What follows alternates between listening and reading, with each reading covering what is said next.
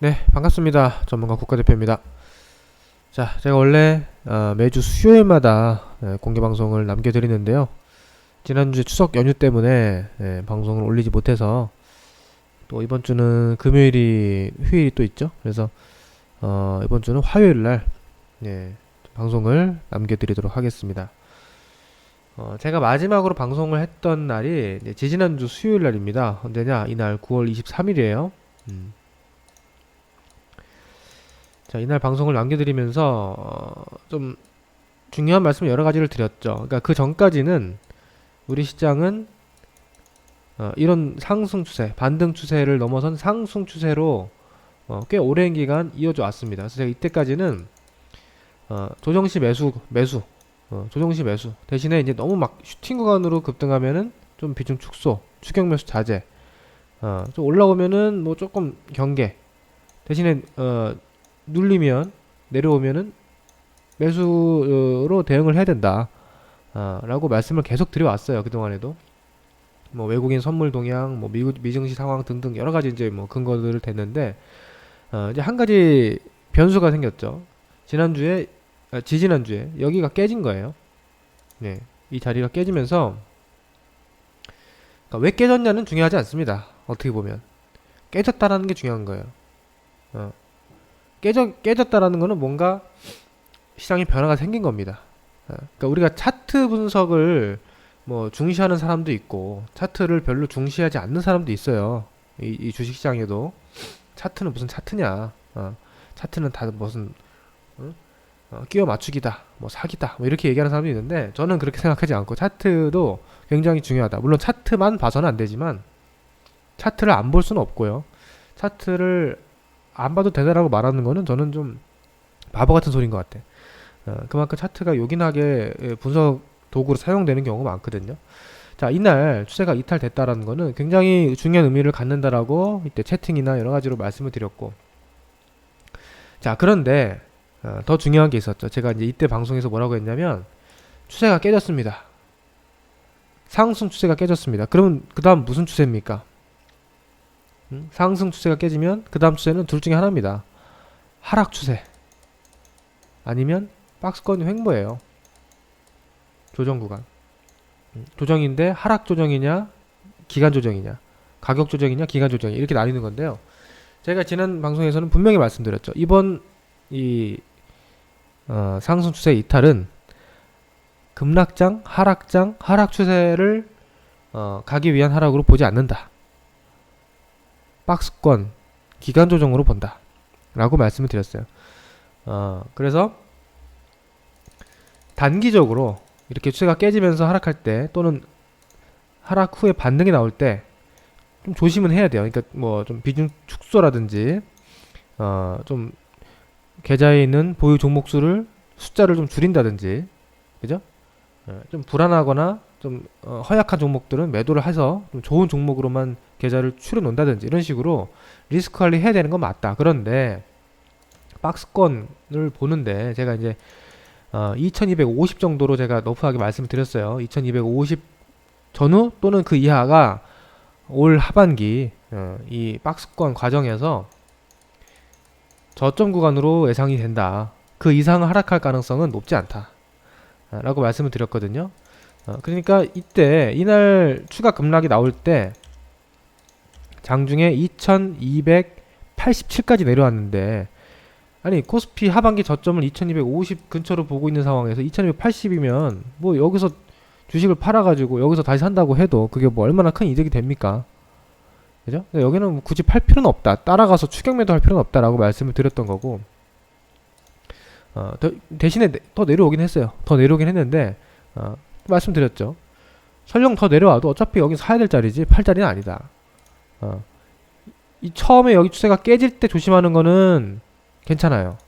이날 처음에 깨질 때 조심하고 뭐 매도하고 매수 타이밍을 늦추는 거는 좋은데, 거기서 2단, 3단으로 하락을 해서 지지권으로 보는 자리에 내려왔을 때는 여기서는 매도하는 게 아니죠.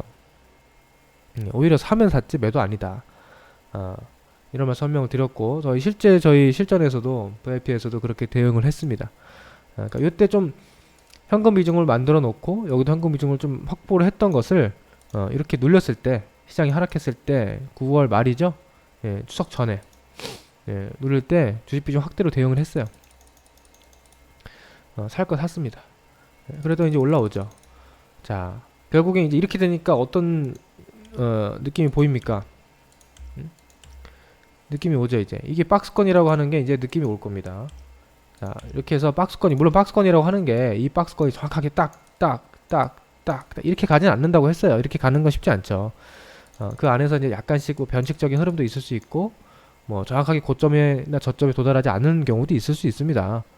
근데 대략적인 흐름을 이렇게 우리가 보면서 대응을 하자는 게 지난주 방송의 핵심이었던 거예요. 예, 그래서 지금 그런 관점에서 대응을 하셨다면 여러분들이 아마 지난 9월 말에다 여기다 대고 주식을 무서워서 저가에다가 판다든지 포기한다든지 그런 분들은 없었을 것 같고요.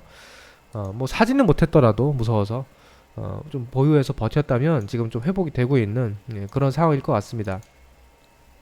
자, 그렇다고 해서 지금 시장이 올라오긴 했는데 우리가 이 당시에 코스피가 2450 이렇게 할 때 정도의 어떤 내 수익률, 내 계좌 상황까지 100% 회복이 되지는 못했을 거예요. 대부분. 물론 매매를 아주 잘하신 분들은 이 당시에 계좌 고점보다 이 당시가 더 높았을 거고 지금 더 높을 수도 있죠. 시장보다 대응을 잘하신 분들은 그럴 수 있습니다. 근데 평균적으로 봤을 때 이 수준까지 회복이 다 안 됐을 수 있어요. 그거 당연한 거예요. 자연스러운 거고 뭐 아주 못한 거 아닙니다. 근데 그건 인정할 거 인정해야 되고요.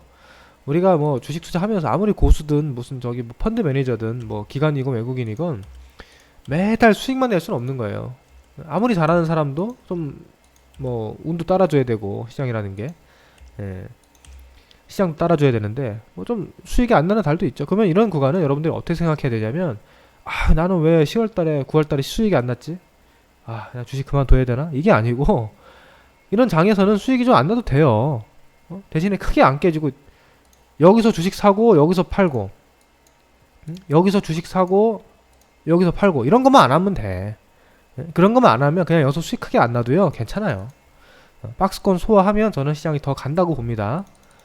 그래서 저는 제가 이제 우리 회원님들께 뭐라고 말씀드리냐면, 예를 하나 드린 게 있어요. 예를 저는 지금 이게 1차 코로나 사태 이후에 큰 유동성을 바탕으로 대세 1차 상승이 나왔다고 저는 보고 있고요.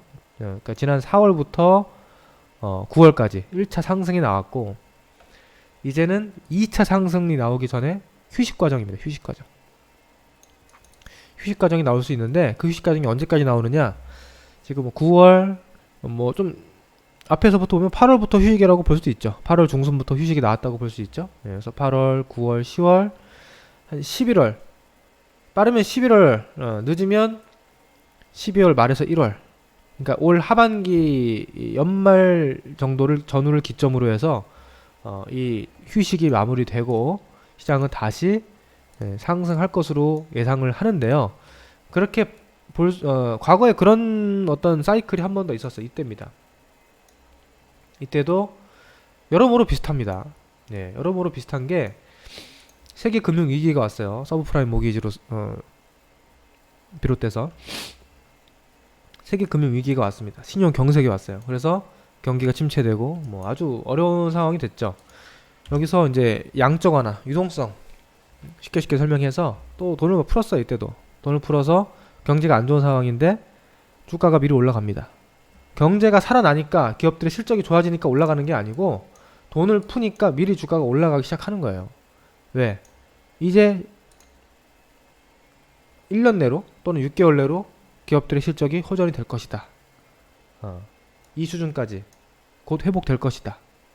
라는 기대감들이 주가를 미리 이제 끌어당기는 거죠.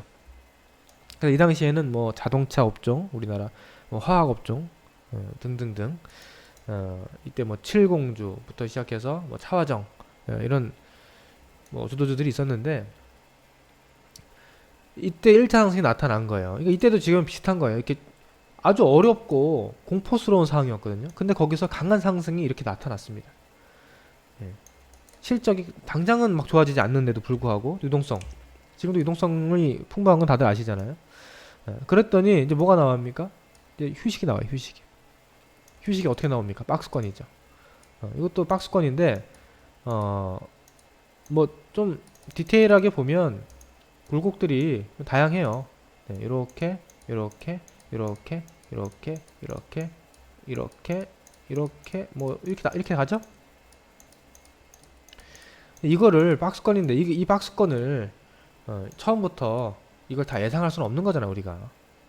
정확하게 어떻게 이 궤적을 다 미리 예상할 수는 없잖아요. 그냥 이 박스권이었구나 이렇게 볼 수 있는 거잖아요. 그러면은 올라가면 좀 주가가 많이 오르면 좀 줄여주고 상황을 보고 좀 비중 줄이면서 상황을 보고 주가가 많이 내리면 내린다고 쫄지 말고 그러니까 이게 하락장으로 갈 거라 이게 내리니까 하락장으로 갈 거다. 아니다. 지금 하락장으로 갈 상황이 아니다. 이거는 왔다 갔다 쉬다가 결국 더 갈 것이다. 이 두 가지의 뷰를 정확하게 해야 되는 거예요. 그러니까 이때 이러면서 조정을 소화했고요. 결국 2차 상승이 나왔죠. 보통 이 기술적인 분석상으로도 그렇고 여러 가지 이제 과거 우리가 분석을 해보면 1차 상승 마디만큼 2차 상승도 나옵니다. 이런 경우가 굉장히 많아요. 여러분 주식 분석할 때도 그렇고요. 시장 분석할 때도 그래요. 2차 상승은 여기까지도 볼 수 있겠네요. 그러니까 이때도 보시면 이만큼 1차 상승 올라왔잖아요. 그럼 눌리잖아요. 이렇게 쉬잖아요. 그럼 이 상승 폭만큼 2차 나온 거예요. 이렇게. 신기하죠? 그래서 이게 1, 2, 3 파동으로 뭐 설명한다면 1파, 2파, 3파 이렇게 뭐 파동이 나왔다 이렇게 해석할 수 있겠죠. 저는 지금 우리나라의 이 상황이 요때랑 비슷하다. 요때랑 여러모로 비슷하다 라고 보는 겁니다. 그래서 저는 그런 뷰로 그런 관점에서 대응을 해 나가고 있어요. 그래서 이번에도 1차 상승 이후에 박스권이 나오고 이 박스권 조정이 잘 소화되면 다시 내년 뭐 빠르면 올 연말 기점으로 늦어도 뭐 내년 초 시장은 다시 상승할 것으로 보는데 그때까지 박스권이 나온다. 근데 정확한 박스권의 궤적을 우리가 일일이 다 맞출 수는 없다. 대신 올라가면 좀 줄이고 내려오면은 오히려 산다. 설령 여러분들 다시 주가가 내려온다고 해도요. 올 하반기에 이러다 다시 뭐 이렇게 하다가 다시 내려올 수 있잖아요. 여기다 대고 어이구 이제 장 끝났다라고 생각해서 팔기보다는 저는 이제 이것도 오히려 기회로 봐야 된다고 미리 지금 생각을 하고 있어요. 저는 마음의 준비를 미리 하고 있는 겁니다. 10월, 11월 달에 장이 좀 올라오면은 주식 비중 좀 줄여줄 거고요. 예, 줄여. 여기서 또 좋다고 사지 말고 오히려 줄여요. 그리고 나서 장이 빠지면 그때 가서 팔지 말고 다시 좋은 주식을 싸게 살 수 있는 기회로 삼으면 좋지 않을까라고 미리 저는 준비를 하고 있다. 물론 뭐 제 예상이 100% 맞는다라는 보장은 없어요. 그런데 그러니까 이게 뭐 앞으로 세상이 어떻게 바뀔지 모르잖아요. 그죠? 코로나라는 게 올 뭐 3월 달에 저렇게 될 거라는 것도 우리 몰랐고 그전에는 여러 가지 변수들이 시장은 계속 나오기 때문에 뭐 장담할 수는 없지만 어느 정도 이런 시나리오를 그려두고 그 시나리오가 뭐 크게 벗어나고 있는지 뭐 예상치 못한 새로운 변수가 크게 나타났는지 이런 것만 체크를 잘하면 됩니다. 앞으로 우리가 봐야 되는 변수들은 뭐 크게 보면은 미국의 대선 이슈가 있겠죠. 11월 초에 미국 대선이 있는데 사실 이거 뭐 누가 대통령 될지는 아직도 장담 못하죠. 바이든이 우세하다라고는 하는데 지난 대선에도 그랬어요. 지난 대선에도 힐러리가 훨씬 우세하다고 많이 했어요. 근데 트럼프가 당선이 된 것처럼 몰라요. 또 앞으로 또 갑자기 무슨 뭐 바이든한테 악재가 되는 뉴스가 나올 수도 있는 거잖아요. 10월 중에. 그 누가 압니까? 트럼프가 이번에 코로나에 감염됐는데 그것도 예상 못했죠 아무도. 그런 것처럼 시장은 어느 정도의 예상과 예측은 있지만 실제 대응은 확인하면서 해야 된다. 이게 중요하다고 보시면 될 것 같습니다. 근데 뭐 전혀 예상치 못한 뭔가 엄청난 악재가 나오지 않는 이상, 엄청난 변수가 나오지 않는 이상은 누가 대통령이 되든 안 되든 시장은 하반기에 다시 내려오면 이런 자리 기회고 이런 자리는 조금 당분간은 축소의 자리다. 그게 결국엔 박스권 대응이다. 이 말씀을 드립니다.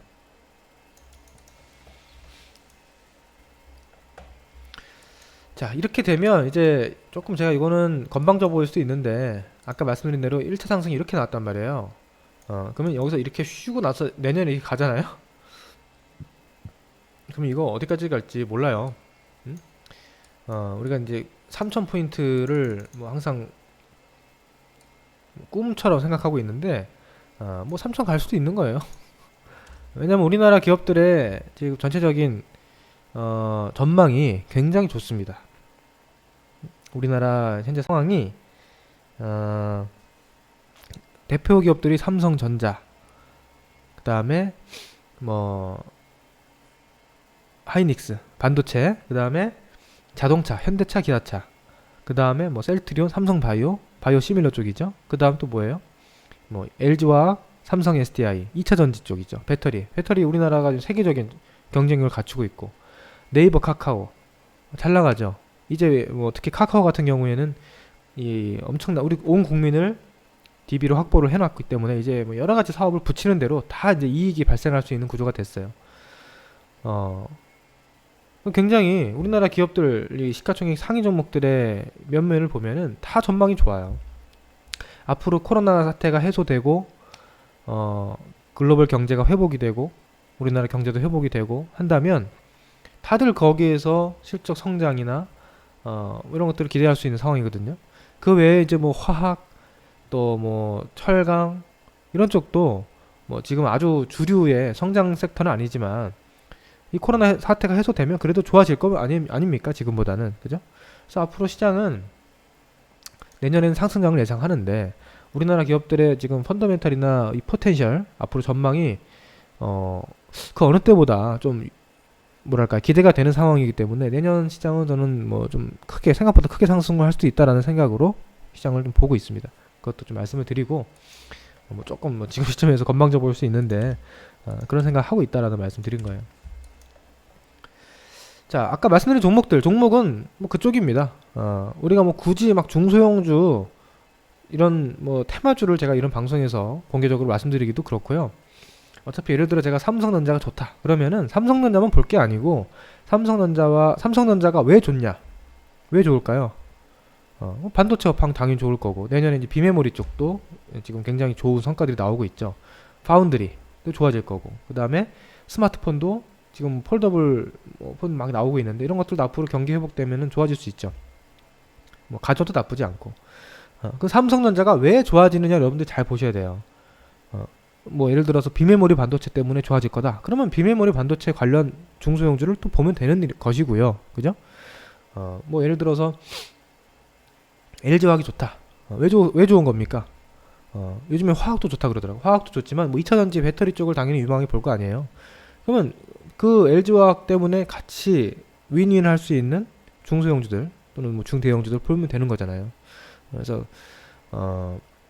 우리나라에 지금 이 기둥들 반도체, 스마트폰, 그다음에 2차전지 배터리, 인터넷, 언택트, 그리고 바이오 뭐 등등등 이런 쪽이 다 좋다. 다 좋고 뭐 조선, 철강, 뭐 여행 이런 쪽은 약간은 그동안 너무 못 올랐기 때문에 간혹 발생하는 이 순환매 그런 것들이 좀 나오고 있는데 예를 들어 롯데케미칼 같은 건 최근에 좀 올라와요. 근데 이거는 지금 당장 좋다기보다는 이제 최악은 지나가고 있는데 주가가 너무 못 올랐으니까 순환매가 나오는 거라고 봐야 되거든요. 이거는 지금 큰 성장성은 없어요. 실적이 생각보다 좋네 이 정도인데 그렇다고 해서 주가가 크게 오르기 힘들어요. 대신에 대한유화 같은 거 이거 왜 급등합니까? 같은 화학주인데 롯데케미칼보다 월등히 잘 올라가요. 이거 뭐냐면 얘가 그냥 화학 업황만 좋다고 했으면 이렇게 안 올라갑니다. 최근에 얘가 이슈가 되는 게 있죠. 전기차 배터리 2차전지에 소재가 여러 가지가 필요한데 그 중에 하나를 대한유화에서 지금 하고 있다.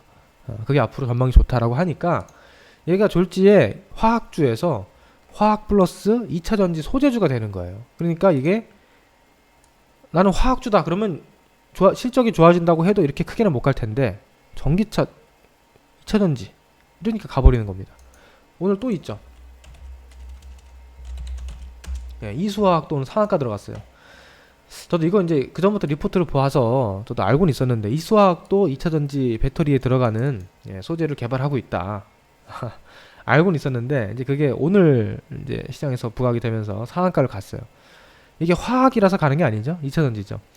그러니까 결국에는 메인스트림 지금 성장, 우리 앞으로 글로벌 경제 성장의 주축은 전기차, 전기차 배터리, 뭐 자율주행, 반도체, 당연히 이제 비메모리 중심이 되겠죠. 그다음에 언택트 인터넷 이런 쪽이에요. 이런 쪽이 강한 성장성을 갖고 있다 보니까 그런 쪽이 결국 주도주가 됐던 것이고 그동안에도 앞으로도 그쪽이 주축이 될 거다. 저는 그렇게 보고 있습니다.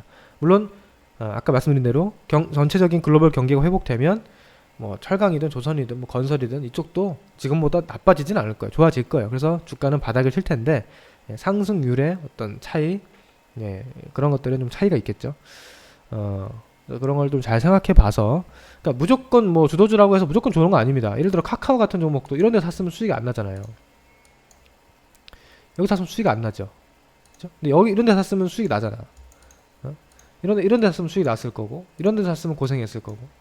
그러니까 좋은 종목이라도 어떤 자리에서 사느냐, 그게 중요한 거고. 롯데케미칼도 마찬가지입니다. 가끔씩 이렇게 후발주는 가끔씩 반등을 해줘요, 이렇게. 근데 그 반등할 때 쫓아 들어가면 수익이 안 나죠. 오히려 이런 종목들도 좀 조정 시에 잘 봐두면 한 번씩 이렇게 주도주들이 안 가고 좀 심심할 때도 이런 종목 해줄 때가 있다는 거죠. 이런 걸 감안해서 당연히 여러분들의 주력은 아까 말씀드린 주력 주도주들, 반도체, 비메모리 반도체, 스마트폰 계속 말씀드립니다. 언택트, 인터넷, 전기차, 이런 쪽, 뭐 바이오 이쪽이 될 것 같고요. 제가 최근에 좀 관심 있게 보는 쪽은 그 전에 또 5G도 있겠네요. 제가 최근에 좀 관심 있게 보는 쪽은 뭐 인테리어, 이런 쪽도 관심 있게 보고 있어요. 인테리어 쪽 한샘, 뭐 현대리바트, LG 아웃시스 이런 쪽도 이거는 이제 좀 구조적인 변화가 있죠. 코로나 사태 때문에도 그렇고요. 지금 주택 매매가 굉장히 힘들다 보니까, 전세도 힘들다 보니까 이제 노후 주택을 그냥 내가 매매를 해서 좀 싸게 매매를 해서, 고가 주택은 워낙에 이제 대출도 안 나오고 하니까 좀 연식이 오래된 주택을 내가 매입해서 리모델링을 해서 내가 오래 살겠다, 이런 수요도 많아지고, 이제 점점 이사에 어떤 더 좋은 집, 더 새 집으로 이사를 가려고 하는 그런 어떤 희망들이 좀 없다 보니까 지금은 그냥 내가 살던 이 집을 고쳐서 오래 살아야겠다, 이런 수요들이 늘어나거든요. 그래서 건자재 쪽도, 인테리어 쪽도 앞으로 괜찮지 않을까. 실적 이미 2분기 때 서프라이즈 나왔고요. 3분기, 4분기 구조적으로 좋아질 것 같아요. 가구, 집 꾸미기 이런 것들도 이제 괜찮고, 그래서 이런 쪽 위주로 보면 좋지 않을까 싶어요. 그래서 뭐 내년까지, 그러니까 제가 내년 장을 굉장히 좋게 말씀을 드렸는데 그 안에서 우리 시장을 뭐 2000 후반대 3000까지 간다면 끌고 갈 수 있는 종목들은 당연히 삼성전자, 삼성전기, 하이닉스가 될 거고요. 뭐 LG화학, 삼성 SDI, 그죠? 네. 그리고 뭐 네이버, 카카오, 이런 종목들이 되지 않을까. 주로 현대기아차, 뭐 현대모비스 이런 종목들이 될 거라고 봅니다. 다 좋아요, 이쪽이 업황이. 그래서 이런 쪽 위주로 이렇게 급등할 때 따라가지 마시고, 조정 시에 잘 매수해 두시면 좋은 결과가 앞으로 있지 않을까 생각이 되고, 시장도 마찬가지입니다. 아까도 계속 말씀드리죠. 올라갈 때 흥분하지 마시고, 내려간다고 너무 공포에 떨지 마시고, 요거를 좀 반대로 잘 활용을 해보시면 좋을 것 같아요. 자, 그래서 오늘 방송은 단기적인 전망보다도 약간 좀 중장기적인 전망까지 제가 곁들여서 좀 말씀을 드렸고요. 또 한 가지 변수가 있죠. 지금 정부에서 이 대주주 양도세 관련된 정책에 대해서 다시 한번 뭐 검토를 하고 있다, 이렇게 나오고 있는데, 글쎄요, 약간의 어떤 뭐 개정, 약간의 변경은 있을 것 같아요. 지금 분위기상 기존에 강행하려고 했던 그 안 그대로 가기엔 좀 힘들 것 같고, 워낙에 좀 불합리한 부분이 많기 때문에. 근데 그것이 어느 정도까지 바뀌느냐, 금액은 그대로 놔두고 양도세를 합산하는 그 어떤 범위, 가족을 깨고 개인 합산으로만 볼 것이냐, 이렇게 바뀌는 경우가 있고, 아니면 금액도 다시 유예, 10억 뭐 또는 그 이상으로 유예시키면서 뭐 하느냐, 뭐 등등에 따라서 시장에 어떤 변수가 될 것 같아요. 특히 우리 시장은 그게 굉장히 크게 작용하거든요, 연말에. 그래서 그것이 어떻게 나오느냐에 따라서 시장의 연말 하락폭을, 연말 저점 매수를 우리가 기다리는 어떤 자리를 좀 얕게 보느냐 깊게 보느냐도 그거에 따라 좀 달라질 수 있다고 봅니다. 정부 역할이 좀 중요할 것 같아요. 그것도 우리가 뭐 미리 예상할 수가 없죠, 어떻게 될지. 예, 그 앞으로 확인해 보면서 대응하면 될 것 같습니다. 자, 오늘 방송 여기까지 하고요. 네, 다음 주에 또 뵙도록 하겠습니다. 네, 감사합니다. 구독과 좋아요 부탁드립니다.